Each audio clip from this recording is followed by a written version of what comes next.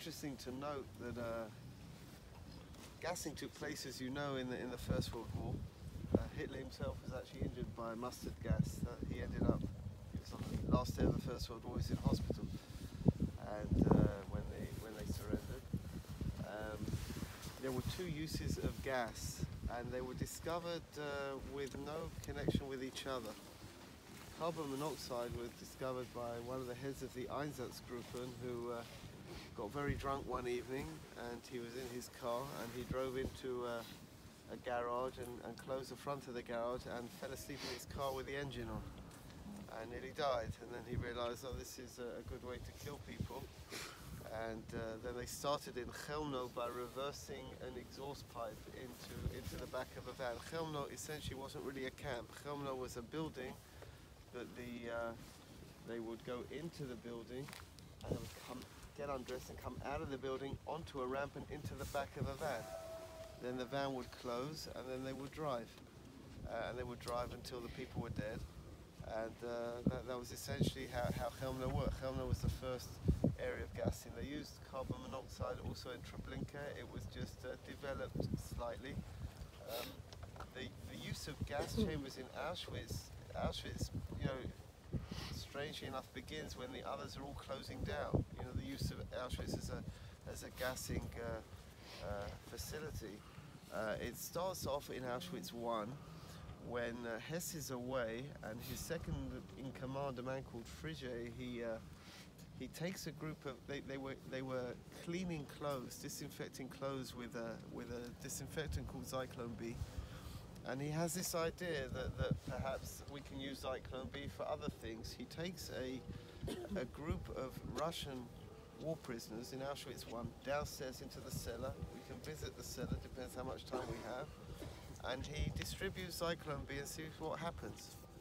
It took about 3 days for them to die. And when Hess comes back from wherever he had been, he reports to Hess this use of Zyklon B.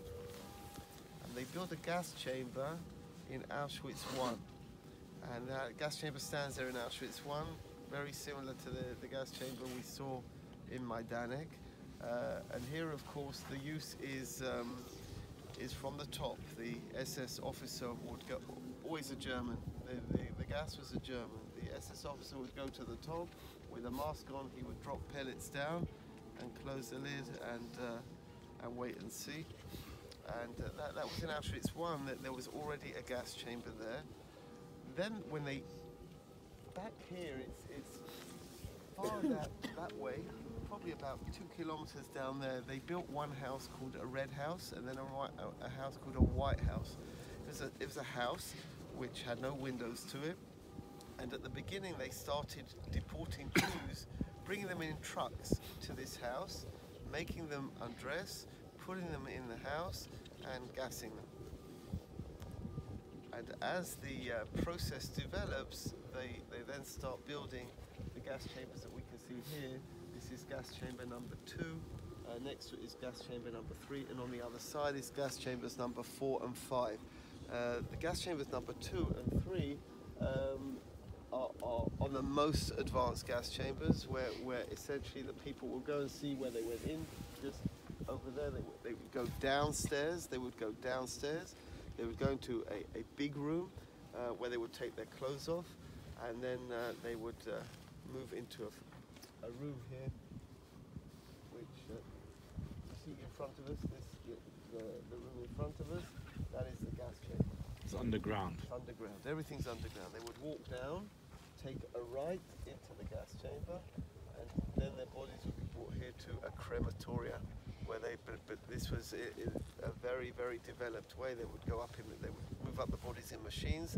The Sonderkommando lived upstairs in the crematoria. The gas chambers on the other side were not like this. They were above ground. They were above ground. The gas chamber that you have in Yad Vashem is this gas chamber, and extremely effective. Essentially, the people walked down that lane. They would come round. They would go down the stairs, take their clothes off, and then take a right into the gas chamber.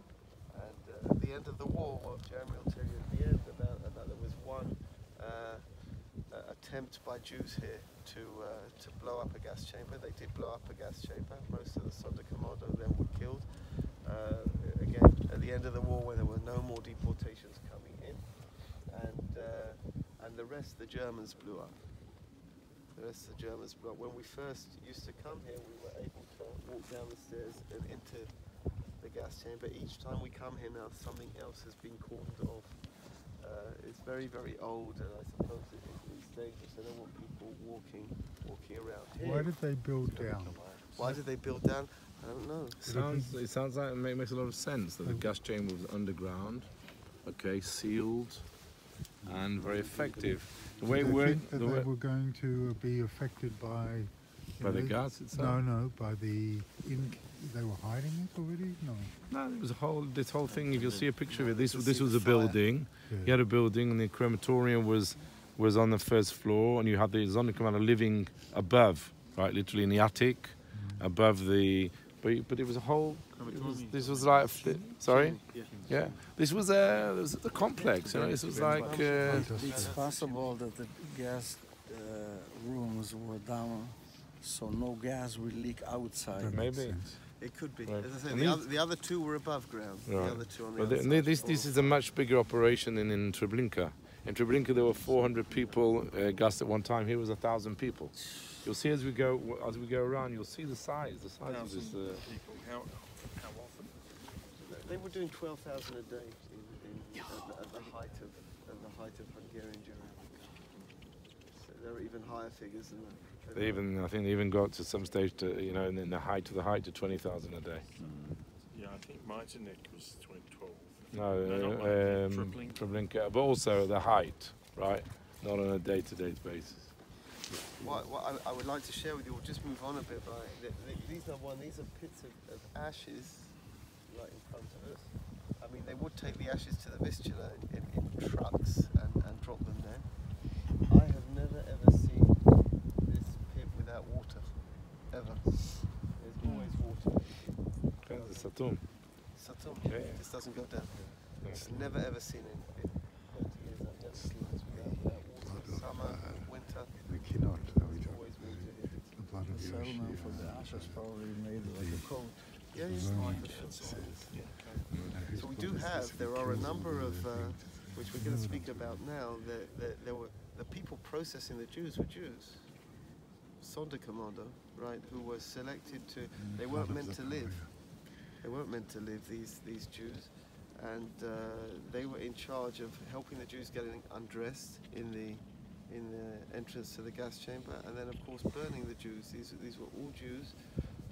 There were Sonderkommandos who actually made it out, and they you know, when they were doing the marches out of Auschwitz, when they were emptying out the camp before the Russians arrived, so they record there were SS members frantically running up and down the people marching.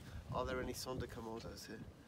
They wanted to kill them, right? They didn't want any eyewitnesses, and of course they were wise to that. And a few that survived wrote books. One of the most incredible books, if you ever, was written by Philip Muller, who was a... What's the name? Philip Muller. He was, I will tell you something about him when we go a bit further in. He's also recorded in Shoah in a most incredible interview with Cloud Landsman in Shoah, where he tells the story. His book, I think, is just there are a number of Sonderkommandos who wrote books who were here, and they survived. They weren't meant to survive, but we'll walk just a bit further.